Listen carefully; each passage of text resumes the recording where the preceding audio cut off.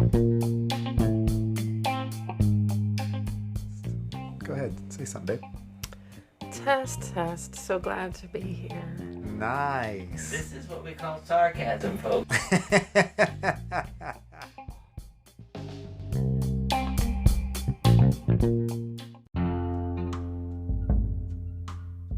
Welcome to How I See It with me, Mark Pratt, and Justin Sternberg. This is a podcast that works to counter cultural polarization through thoughtful conversations. Hello and welcome to How I See It. This is an exciting one for us. It is our first episode with guests, illustrious guests. And my one of those guests is texting me right now. That's what you're hearing, the ding. That would be my wife texting me saying, go get ready. But I'm recording this real quick to just tell you we're really excited to have Chris and Megan join us. Megan being my wife, Chris being Mark's wife. And we have a really great conversation. It does get split up into two parts. So this will be part one this week, and we'll have part two next week just because it got a little long. But yeah, we're looking forward to having you meet our better halves. And I hope you enjoy the conversation as much as we did.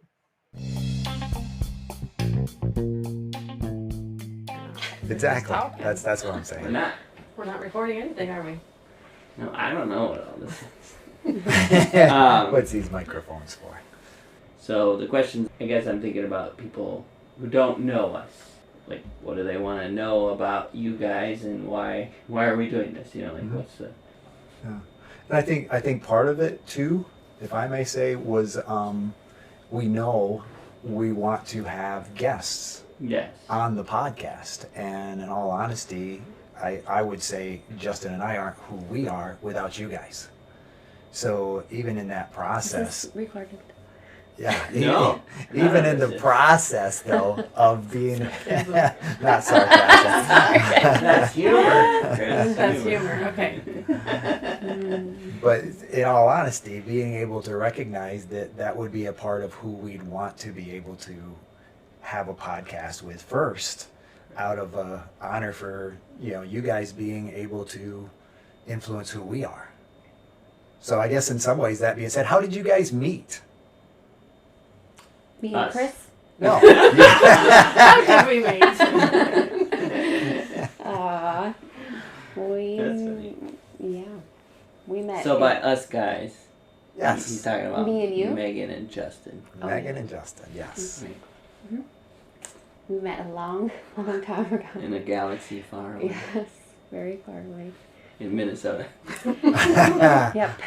We met in 5th and 6th grade. Wow. We both came into the school halfway through the year. Yeah. You shortly before me. Yeah. And when I came, all the kids, Everyone stopped Dubbed picking me. on me and started picking on you. Wow. they said that I was perfect for Justin because I was a nerd like him. So from the beginning, Joke's on them. we were meant to be. I never knew that though until years later that they said that. Did you notice the shift when kids started picking on, or you? They didn't pick on us. They didn't. Oh, okay. They just, I don't know why they just said that one thing, right? Yeah, just the one thing. I think that we were just joking. I have mostly, big not old glasses people picking on us, but and big permed hair. yeah. Wow. So And I had come from, we talked about homeschool before. Yes. And emotional intelligence. Well, I was that kid. I Okay. came from, I was in a homeschool environment. Okay. And, for real, my emotional intelligence was a little bit low. I wasn't used to being around kids. So Sure. I was a little bit awkward and a little bit nerdy. Socially And- aware. Not quite, right? Yes. Exactly. And so I think the kids kind of picked up on that, and I wasn't quite in the cool group. So when Megan came through the door, they're like, she's going to be your girlfriend. So, it's not exactly, it wasn't necessarily meant to be prophetic or kind. It was more of a jab. But Wow. I don't know what they saw. I just saw beautiful blonde flowing in the wind. I don't think so. Maybe not. I think He was attracted to your glasses. Yeah. Intelligence. He does remind me that I wore a really ugly brown dress. the first day of school. So, It's true. yeah, that's how we started. Well, the neat part is you remember it. Yeah. Yeah. You remember what she wore the minute she walked through the door, huh? That's right. Wow. Yes. Mesmerized. Yes. Mm-hmm. How about you guys? How'd you meet? Go ahead, Ben. So our story is very different. All right. True. That's good. We often say we wish we knew each other earlier in life because we were 24, 25. Yeah. Maybe even 26, I might have been. Hmm. But yeah, either way. So we All were of 25. we were kind of set up, Yes. introduced by a mutual friend. It was supposed to be a blind date, and you can make any additions. It's all that good. you need. It's all good. It's, And so we had set up a blind date and talked on the phone, and I came to the conclusion that he was a farmer from our conversation because he was talking about milking cows and going to the barn. So you were a farmer. I was a carpenter who grew up in a farming family. Okay. So I was well aware with the farming industry, and I would help out my grandparents. Like when family members got sick, I would go in and milk cows and that kind of thing. And even a bunch of the construction I was doing was, repairing silos and building additions on barns. And so yeah, it was. Grew up very much. This is brand new information for me, actually. Yeah. Oh yeah. This is definitely a long time Now I ago. understand This- how in you that see galaxy. it, This is Mark. my galaxy far away, and All it does right. impact how I It see does it. impact, yeah. Yes. For sure. Sorry, Chris. I interrupted. No, that's okay. And so we talked on the phone. We had set up a date, and I backed out at the last minute. Canceled because I thought he was a farmer, and I did not want to have any part of being a farmer's wife.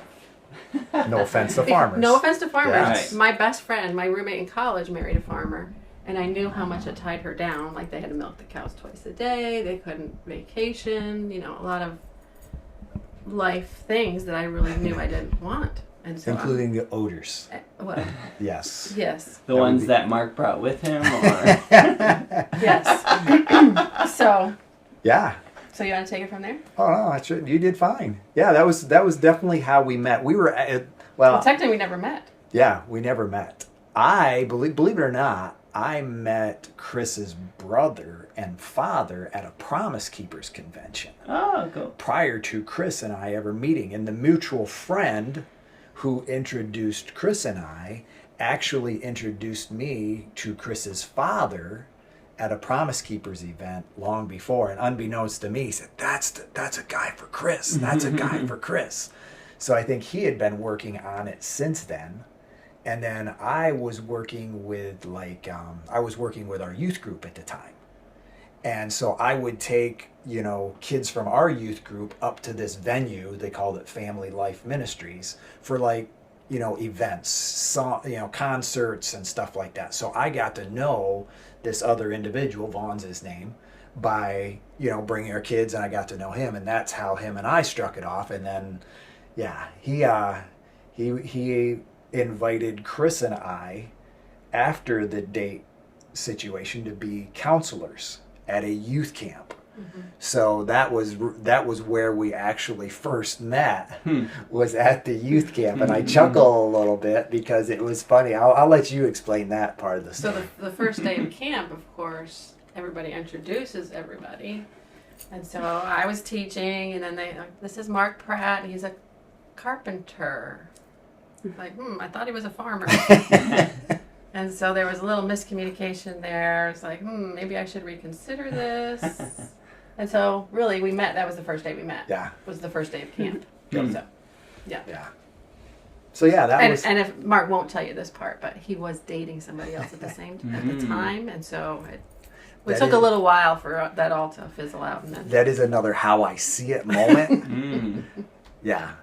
So where I wouldn't consider us dating, but yeah, that's a how I see it moment, and that's good. It's a part of our past, but yes. So the real irony, of course, is that that's true. we just bought a farm. Yeah. Yes. And we have chickens in our backyard, Oh, and man. with the plans to have goats. Yep. And Yeah. beef cattle, maybe. I don't know. Yeah. And all the smells. And all the smells. And then 25 years later, And you're a gardener. I'm going to be married to a farmer. Yeah. Yes. You're a farmer. That's funny. Oh, Yes. I think, I if don't you're know if married I'd put to a myself- farmer, it might make you a farmer. I don't She know. prefers gardener. Okay. She is a. I'm okay with a farmer's wife. Yeah. I don't know if I consider myself a farmer. Yeah. All right. So, Yeah. Same team. High yeah. five. Yeah. They just high fived folks. Yes. So it's funny you mentioned like Mark. I Mm. guess dating or Well, what would you call it, Mark? You said I don't know if you I had interest. I had a female friend that I would run with. So like Okay. it was an exercise partner type thing, Yeah. but I wouldn't consider it a dating relationship. But that's how I see it. Right. So yeah, that's I'm interesting. not even 100, and you're welcome to interject. I'm not even 100% sure what made you think it was a quote unquote girlfriend, other than time spent together. Yeah, I think that's what kind of defines a Okay. relationship is how much time you spend together. Yeah. Mhm. So yeah, Yeah. Yeah. I can respect that too. Yeah, I guess looking in on that, it would be. I mean, you wouldn't necessarily see an opening, probably, right? Like, Right. yeah. Yeah. From Mhm. Chris's perspective. Yeah, you kind of make some assumptions Yeah. about where it's probably heading or where. Like that maybe... he's a farmer.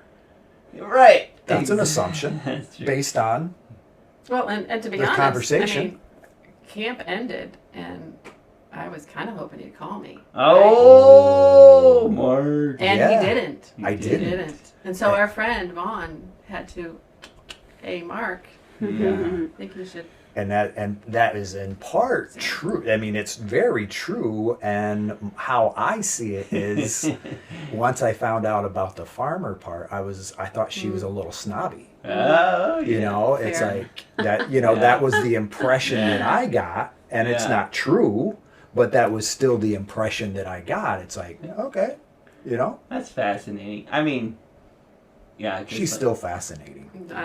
It's fascinating that we really ended up together after all Yes. these miscommunications or miscues. miscues. Yeah. Yeah. Yeah. Yeah, misinterpretation even. Yeah. Well, I mean, it is, I guess, fascinating, ironic how the term "how I see it" plays so well into those Hmm. relational Yeah. beginnings, right? Like, Yep. yeah, it's very interesting. Yeah. And it's funny you kind of bring up the Mark having someone or whatever, and kind of because that's kind of a sticking point in our beginnings. Oh, Well, it's not really a sticking point, but it's like you still get. what? What does she still get? Yeah. How's What it go? is- what is the word to describe? Justin's thinking She's still, real like- hard on this She one. still pokes my ribs a few times Yeah, about I use it. you had When I girlfriends, need to. I didn't, so. I didn't have girlfriends. No, I was the first romantic relationship you had. So, Unless you count my kindergarten boyfriend. which I do. So Which I the do. truth comes out. He wasn't really a boyfriend though. Yeah. We just liked each other. Did that end with your moving away? Did you have to move away from your kindergarten boyfriend? No. Oh, I mean, I was hoping there wasn't heartbreak written all over this story as you entered 5th grade. no. Not at all. Which I don't know if you want to bring this up, but I'll bring it up. Go ahead. Mark was actually engaged Oh, before that's true too. we met, and so Not that, to the running partner? Different? not to the running No. partner. No, that's true. That's true. And so that brought a whole new dynamic of insecurities or Yeah. comparison Yeah. and Mm-hmm. You know, Yeah. I thought he was just a simple farmer. But Yeah, he's no, got very girls complex. on every side. That's not exactly true, Construction but and- yeah. And I think going back to your original statement of wishing we had met prior to, I think that's a part of it. If we could have met in some ways a similar fashion to you guys, I think it would have been different. Because I think even I can remember times at camp, there was definitely opportunity to talk with other female counselors. And I can remember a certain reactivity that you would have to that, that was very understandable based on what you had experienced. And I think that, we bring that at times into relationship. And I think that's what, can make marriage difficult for many people, not just us. But that process of sometimes what I'm dealing with today, what Chris and I are dealing with today, I might have very little to do with who Chris is. But Or today. Yes, but it has everything to do with where I came from and my interaction with other females or even males for that matter. But it just impacts who I am, and those insecurities that you talk about can tend to come bubbling to the surface and popping to the surface even. Right. So that's a great point, because it did. Yeah, there was definitely no doubt that having been engaged in and even being I would call it cheated on, that affected my ability to trust Chris early on, and I think that might even have added to that aloofness that I might have demonstrated early on, when it's like, okay, if I'm not for you, then c'est la vie. Move on. Yeah, and I think that was definitely Sure. true in those dynamics. So yeah, thanks for sharing that, bringing that up. I honestly, I didn't know where you were going, but yeah, and there again, it comes back to impacts how I see it, based on where I come from and how our individual circumstances play into this marital relationship and other romantic relationships, and I think it is, we talked about even the fence sometimes. I think that's a good thing for for our kids, young adult kids, to be mindful of how important relationships can be, and choosing people, having people in my life that I can do life well with, versus those that I'm setting myself up because I know this person isn't necessarily the best choice for me, but I need to be with someone. So then I, make that choice. And I think, that's, if there's anything that someone could learn from us, I would say, choose relationships carefully. Because, For sure. even in the best of circumstances, you're not always guaranteed that person will be the one. Yeah. Even in a Christian context. I mean, you can't, just because someone's a Christian doesn't mean that you can trust with, relationally, that it's the best person for you. Sure. Yeah. It's not necessarily God ordained. It's not healthy. It doesn't promise a healthy relationship. That's true. Mhm. Yeah. Very true. Yeah. Yeah. So, one interesting question that I think it's interesting, and is this idea of you guys, I guess, sitting on the sidelines as we're doing this podcast, saying, "Oh boy," that kind of thing, or yeah, whatever it is. Like you think about us in the basketball court of the court being the podcast, and you guys watching and listening on, or even cheering us on, or even coaching us. I'm curious, just kind of your initial thoughts about the whole thing. Like, is it a fun team to cheer for, or do you feel like sometimes you're, it's like you want to coach a little more? I was just curious your thoughts on it in terms Megan, of... you want to start first? Or do you want me to start? I mean, I could start. Go ahead. I just feel like, in the best way, Justin just loves going deeper and talking about things and having someone to share with. So I just really appreciate you and Mark's relationship, and just that you both love to talk, and now you're talking and recording it. And so I think all of that is just exactly what you should be doing. So I think that I am cheering for you in that respect. And I'm just very different than you in the fact of, like, I don't want to broadcast everything that I say. I just, I'm not like that at all. So I don't understand. I understand because I know you, why you want to do it. But it's not like I'm like, this is the best thing ever. Let me be a part passion. of it. Let me be asked to speak on the podcast. Pick me. But at the same time, like, I just think, like, you're getting to hash out a lot of things in your head, and you're getting, like, your cup filled just by talking with Mark, and so I appreciate that part about it very much. Cool. Yeah. Mm-hmm. What are your thoughts, babe? Well, when you first mentioned podcast, I thought, this will be fun to listen to. And I will say, the Now, the question, is that sarcasm? no, that is not sarcasm. That is truth. Okay. But the way you interact with one another is really wonderful. The friendship really comes through, which I think is good. And you've been meeting together for a long time, you know. True. And it's good kind of get a little peek into what you guys talk What do we about. talk about? Yeah, so that's fun. And then the other thing that came to mind earlier this week was that Mark has a way of praying for things without really telling me that he's praying for things. And the farm was an example of that. And then he's been praying about expanding his influence. And if you know Mark, he is very structured with his time, not a lot of margin with his time. Some would say calculated. Some would say. And that would be an accurate description. And I'd be okay with that description. And so when you talk about expanding your influence, in my mind I'm thinking, okay, when is that going to happen? And what's that going to look like? And so as you guys started the podcast, I thought maybe this is one of God's answers to that prayer. Is like he can influence in this way that is different from what we had pictured.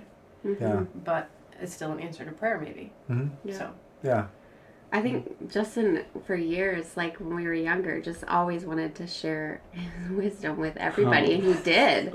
Like every conversation, he was just constantly talking. And then he realized somewhere down the line, like, oh, like not everybody wants to hear what I have to say. Well, and then not realizing I didn't have as much wisdom as... Well, yes. Like, but even the wisdom you do have, like, you just all of a sudden got wise to, kind of waiting for invitations to impart wisdom, and then it means more. And so this is a way to, like, say a lot of the good things that you've learned, or talk about things that you want to know more about. And then people can tune in or tune out as they please, or fast forward, or whatever. Yeah. Or listen to it times 5. So it goes real fast, and that's kind of a nice, like that's what podcasts are, is like people talking about what they really want to talk about and they're really passionate about, and like finding the people that want to listen. So it's really perfect for that. Yeah, because it's, it's called How I See It, but you're basically saying, like, I've always had a desire to share how I see it, right? And sometimes a little too passionately, or a little too, I don't know how you describe it. A little too zestful?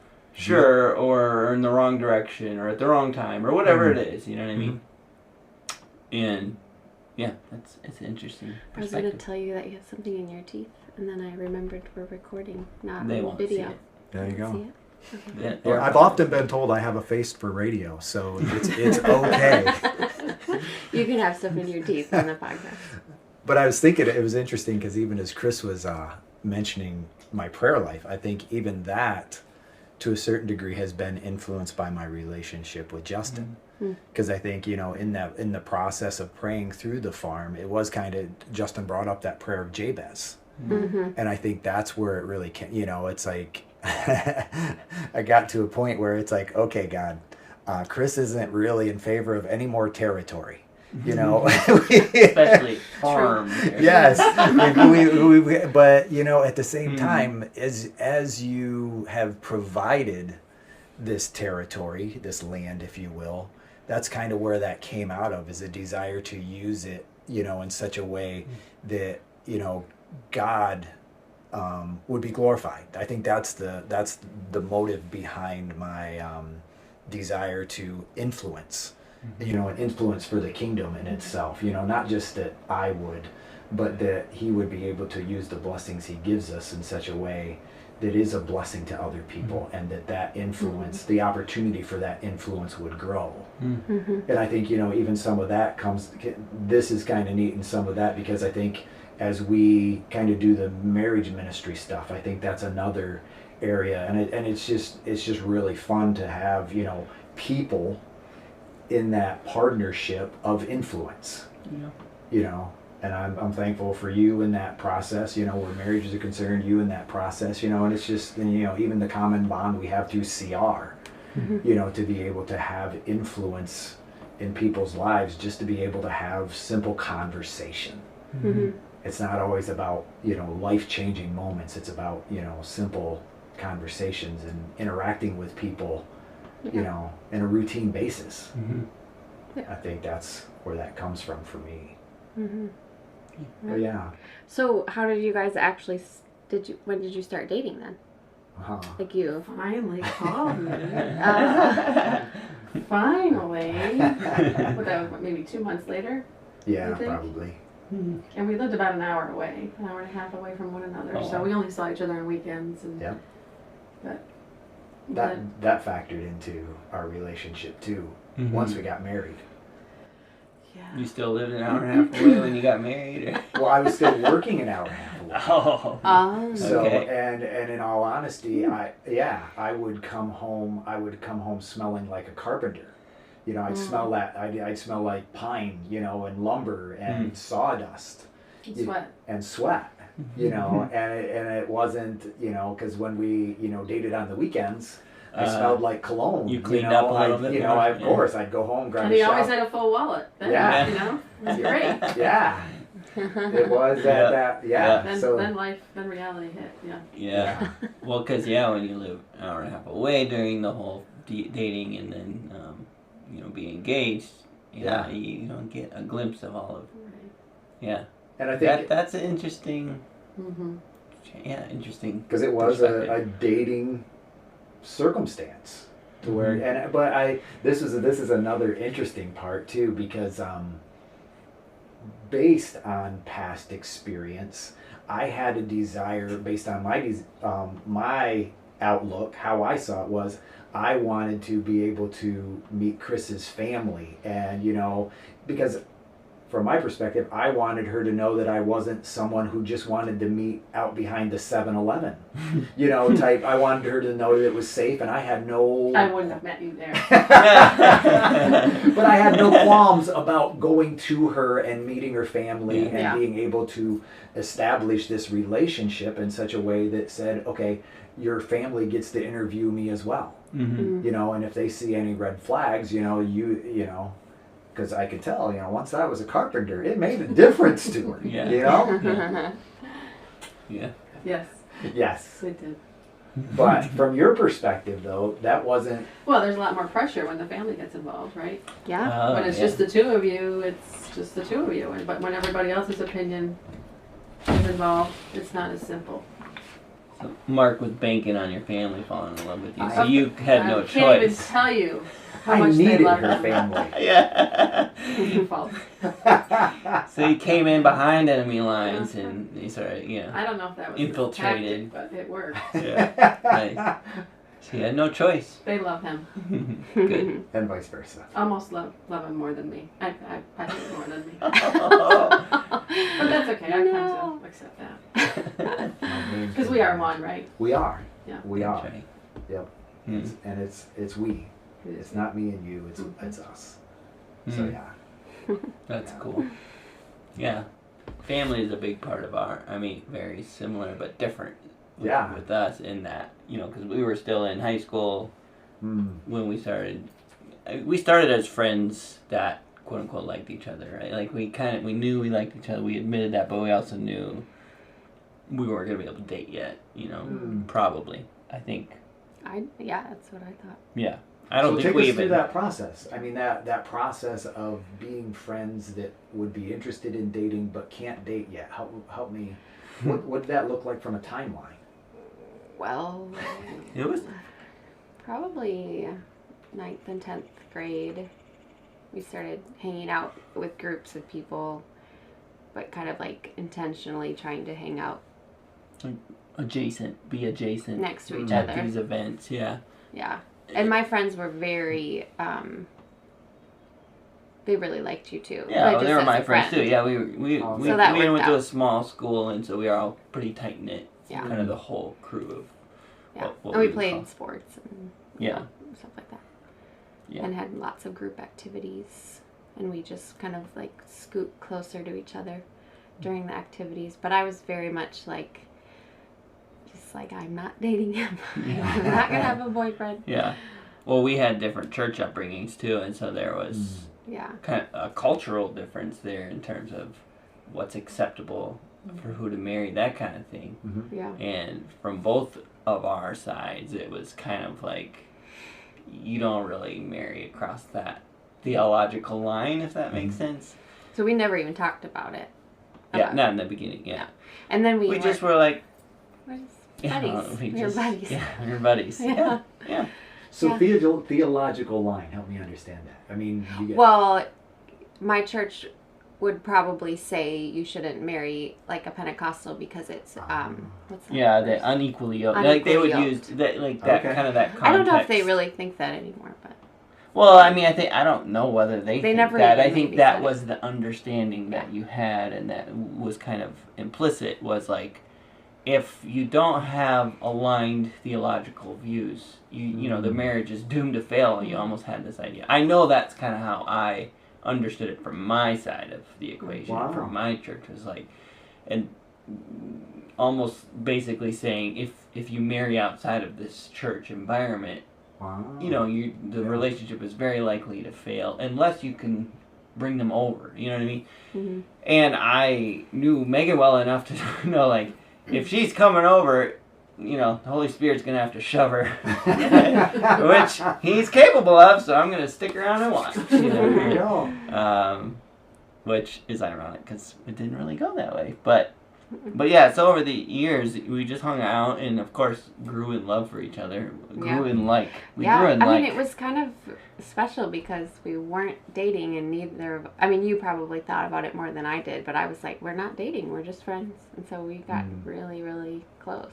Yeah, but, you know, you guys mentioned insecurity, and I had a lack of self-esteem and self-confidence from as young as I can remember. So this played into it in the sense of, like, always knowing that she said she liked me, but not necessarily seeing it. Because, like she said, we're not dating, so I don't have to. Was that denial on her part, or... No, I just... I like to think so. Okay. But then, yeah, we started hanging out, and then at some point, I don't remember how that transition happened, but I started going over to your house with your family. Mm-hmm. Right? Yeah, 10th and 11th. Yeah. Like, her parents were very gracious to me, and, like, again, They wanted to Cindy, keep an eye her on you. mom, Cindy, her mom was Yeah. in the, like, at the school all the time. all day long, Volunteering, doing different things. I can see that. Yep. And then And Vic basketball. was the basketball coach for the girls, so, like, I knew We them, and they traveled knew together, me yeah. well enough. You know, I was, You were the assistant coach at that point, yeah, right? yes, exactly. Yeah, not quite, but yeah, very much, we were all kind of involved in the same tribe, which is kind of cool. Neat. And so it wasn't that weird to extend that, since they already knew everyone knew, and so it was a pretty natural transition for them to allow me to start coming over and just hanging out with them and their family, kind of like what you were saying. And I think I tried the same thing, get them all to love me. And Kelly liked you a lot. yeah, Kelly, Megan's younger sister, who you guys know, and has how many kids? 4. And counting? No, 4. No, but she was, very young in She was elementary like 8. school, and she would come up to me on the couch. She'd be getting ready for bed, and she had this big, huge T-shirt, and she'd wrap it around her knees and sit next to me. Snuggle up Yeah. and just talk. So that's And Justin wasn't used to I was having kinda like, kids around him. Wow. What is this? What is she doing? She just She talked was your very ear affectionate. off. Yeah, She loved you. It was sweet. Yeah, good memories. So Yeah. yeah, so getting involved with their family, but that was such an important part of my story too, to kind of have that safe environment, of people that accepted and loved me, and it helped with some of the self-esteem stuff too, But yeah, what are some? This is a good question. Mark added. Ooh. What are some? Or I think you added it, right? Might Fun be. memories. Fun memories. Did you add that? Oh yeah. Yeah. Yeah. What are some fun memories you guys have? This is Chris is okay with this, I'm sure. Fun can be a how I see it. It can be. It Adjective. can be. But I will admit that our first year of marriage wasn't necessarily, fun wouldn't necessarily be the word I'd use to describe that entire year. Yeah. Sure. Maybe longer. Yes, quite Yeah. possibly. Yeah. Quite possibly. Because as seasoned as we were, to the degree we were. Stubborn as we were. Yes. You know, our Yeah. transition was tough. Yeah. You know, and I was a workaholic at that point. I'll admit that. You know, and so it was tough for me to kind of step into that. But the one thing that, how I see it, came into play was I was an avid shooter. I would, you know, I just love to be outside. I love to be shooting. I would call myself more of a shooter than a hunter. Okay. You know, I just like that shooting sports type thing. And it was funny because early on, Chris made a statement to me that was basically drawing a line that said, okay, guns can be your thing. I'm okay with that, but don't ever, you know, expect me to shoot a gun. And I was fine with that. And the irony was we moved into Chris's grandparents' farmhouse. You know, it was actually moderating that ability to be close enough to work and close enough for Chris. So it kind of was a middle ground. And their farmhouse had just become empty and was broken into. So it met a need for everyone. Well, the funny part of that was we established our second home there, and we planted a garden. Well, the funny part of it was, in this process of the garden, the woodchucks started coming after Chris's broccoli. Woodchucks are a northern thing, I think. Yes, they are groundhogs. I thought they only chucked wood. Yes, but they're No, they got broccoli too. Hoxatawney Phil then, Groundhog Yes. Day. Everybody's Yeah. heard. Yeah.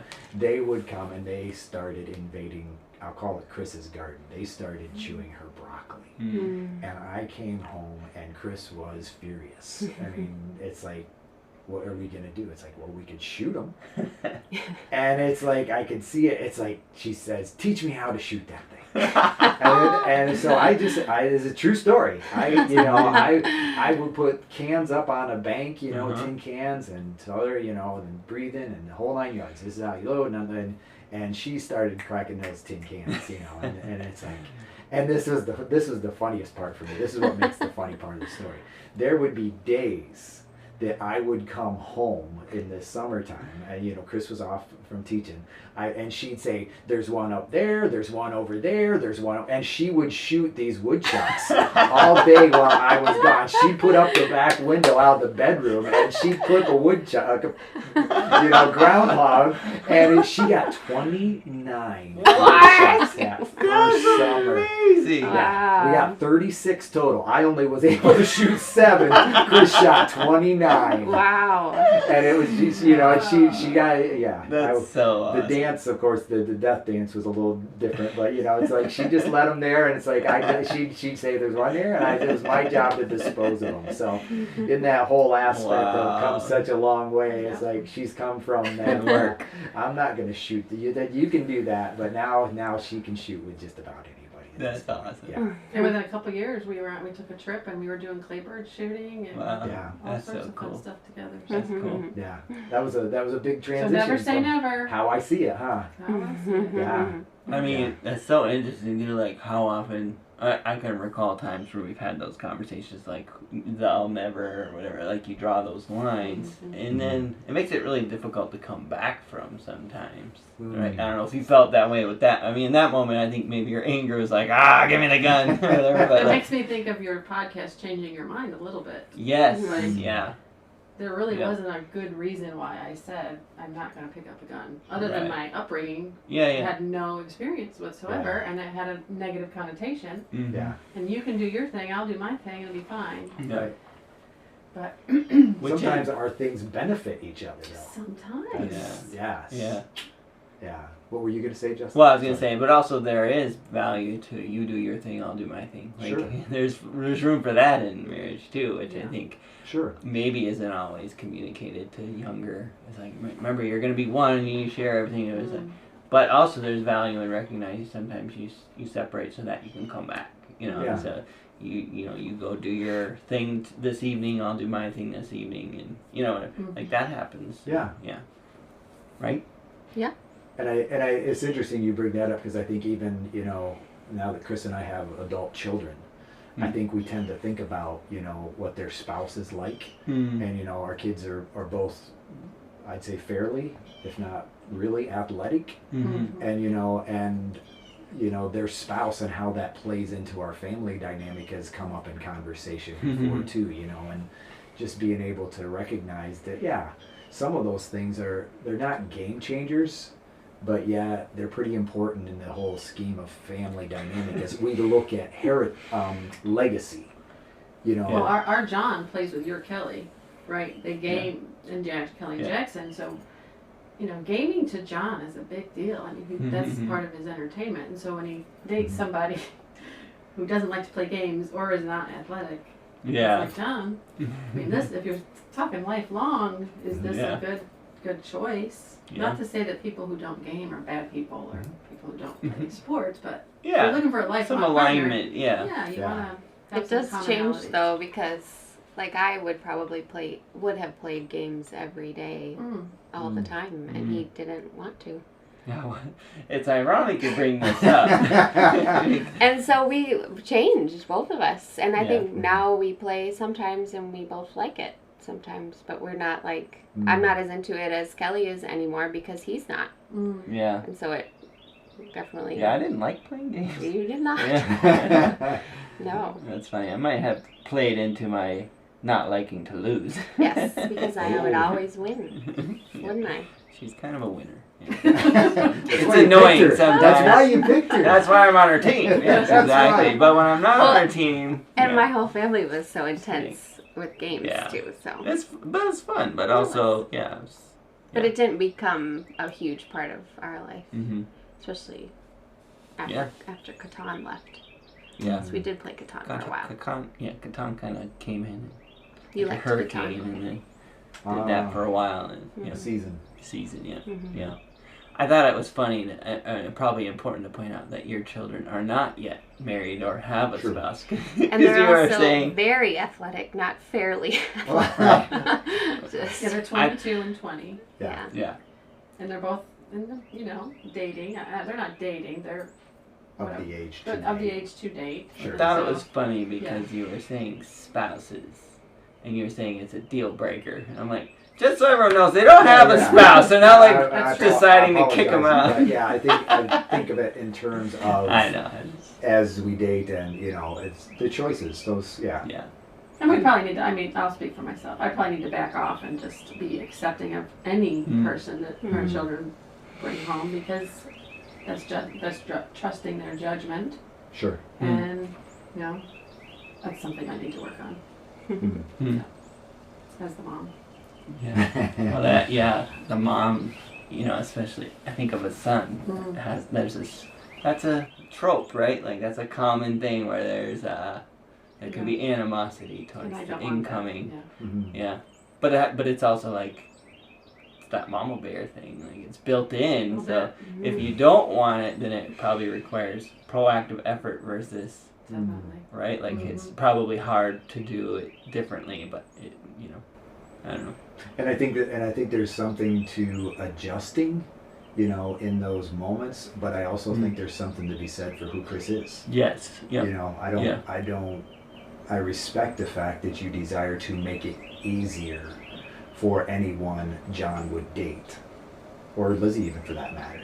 But I wouldn't want to see you change who you are because of that. You follow me? Because I think both of our kids value and appreciate who you are in that wholeness. Do you know what I mean? I think it's a good role model not to change depending on who's coming in and out of your front door. Absolutely. And to have healthy standards. Sure. Yeah.